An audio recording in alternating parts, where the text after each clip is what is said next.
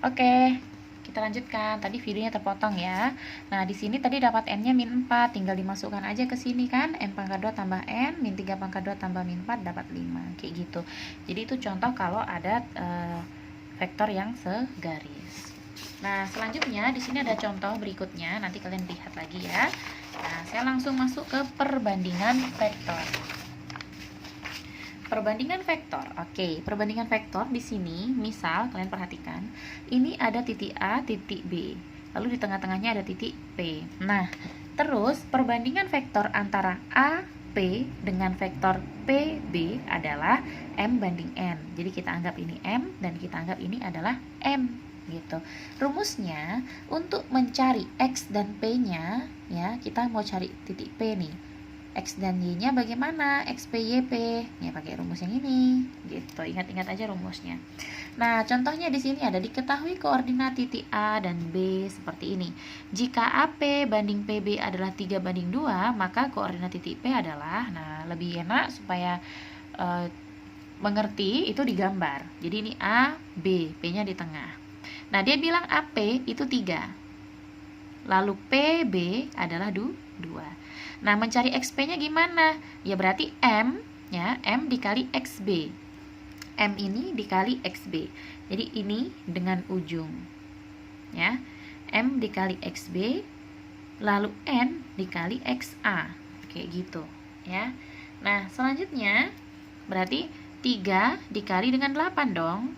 Ditambah 2 dikali dengan min 2. Per berapa? M tambah N per 5. Dapat 4. YP-nya juga gitu. Berarti 3 dikali min 4. 2 dikali dengan 1 per 5. Nah, jadi titik P-nya dapat nih di sini. 4, min 2. Seperti itu. Nomor 2 pun demikian. Nah, kalau nomor 2 sebenarnya sama, cuma agak sedikit dikasih perbedaan. Titik P terletak pada garis AB. Nah, dia bilang titik P terletak pada garis AB dengan koordinat titik A dan B-nya sebagai berikut ini. Jika AB banding PB banding BP adalah 5 banding min 2, maka tentukan koordinat titik P.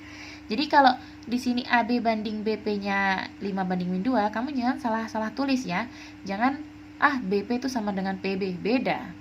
Karena kalau BP itu titik pangkalnya B, titik ujungnya P. Jadi penulisan vektor tuh betul-betul harus diperhatikan. Nah, maka di sini koordinat titik P caranya. Nah, ini tadi kan AP, dia bilang AB 5. Kalau A ke B ini 5, terus dari B ke P itu min 2, ya.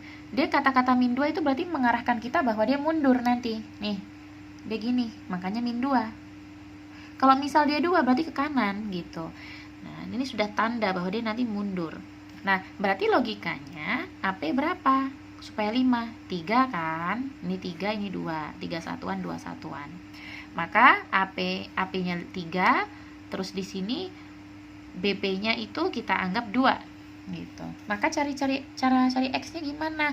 3 kali dengan 6 ditambah 2 kali dengan 11. Sama seperti tadi, silang begitu. Pernya per berapa? Per 5 dong total semua perbandingannya. Jangan 5 tambah min 2 3, tidak. Total semuanya 5 satuan, dapat 8. YP-nya gimana? Sama 3 kali 8. Ini ya, ditambah 2 kali 3. Silang. Silang. Dapat 6.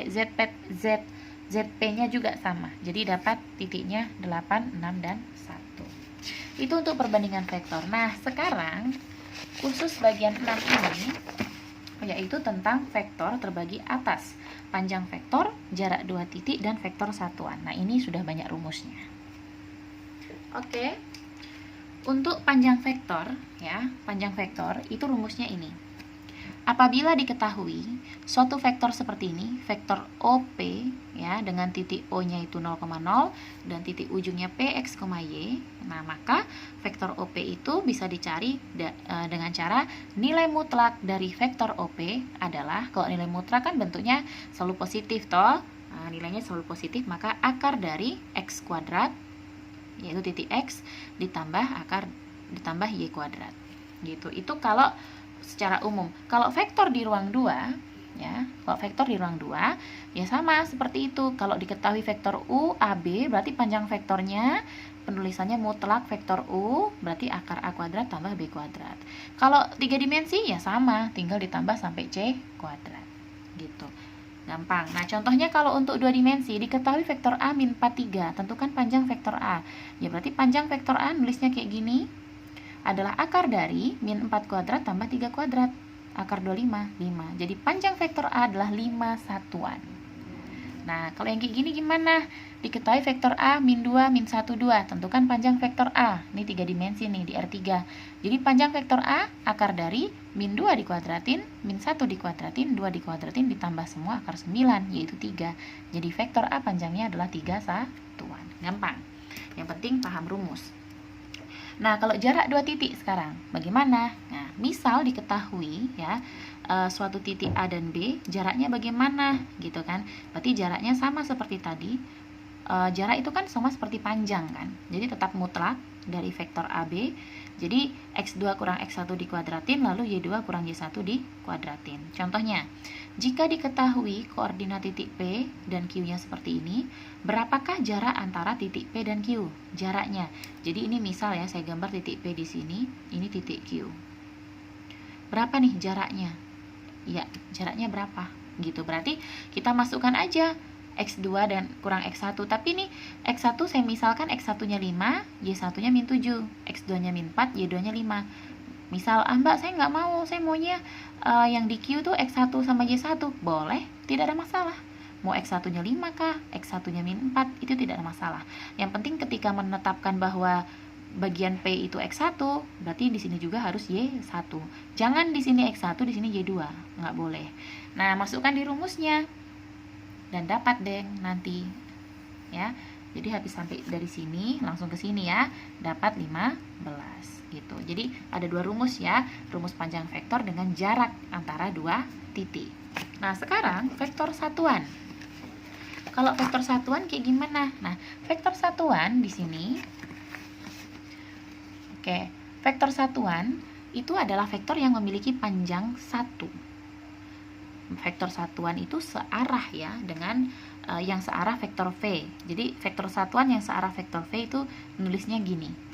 Ini namanya adalah vektor satuan, begini simbolnya.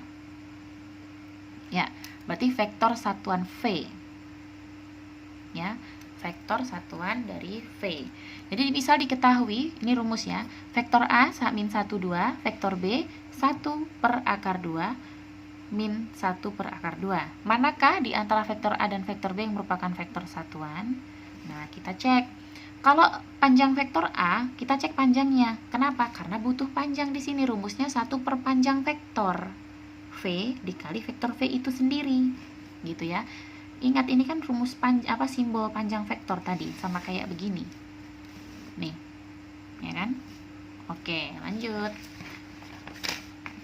Oke, di sini berarti akar dari, kalau mencari panjang vektor A berarti min 1 pangkat 2 tambah 2 pangkat 2, yaitu akar 5 toh. Akar 5 kan nggak bisa diapa-apakan. Jadi akar 5 adalah panjang dari vektor A. Berarti benar nggak nih akar 5 adalah vektor satuan? Salah, karena vektor satuan itu bernilai 1. Kita cek yang vektor B. Nah, 1 per akar 2 pangkat 2 tambah min 1 per akar 2 pangkat 2. 1 per akar 2 pangkat 2 itu setengah. Kenapa? Karena 1 pangkat 2 1, akar 2 pangkat 2 akar 4. Akar 4 itu 2. Ini pun sama. Nah, akar 1 setengah tambah setengah kan 1. Jadi akar 1 itu 1. Maka vektor B adalah vektor satuan karena nilainya 1. Itu untuk membuktikan bahwa benar nggak sih ini vektor satuan? Caranya gitu, dengan membuktikan hasilnya adalah 1 panjang vektornya gitu.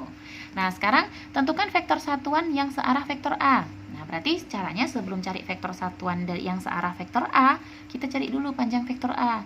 Panjang vektor A rumusnya tadi sudah di atas, 2 kuadrat tambah min 2 kuadrat tambah 1 kuadrat dapat nanti 3. Nah, berarti panjang vektor satuan yang searah vektor A adalah 1 per panjang vektor A dikali vektor A itu sendiri.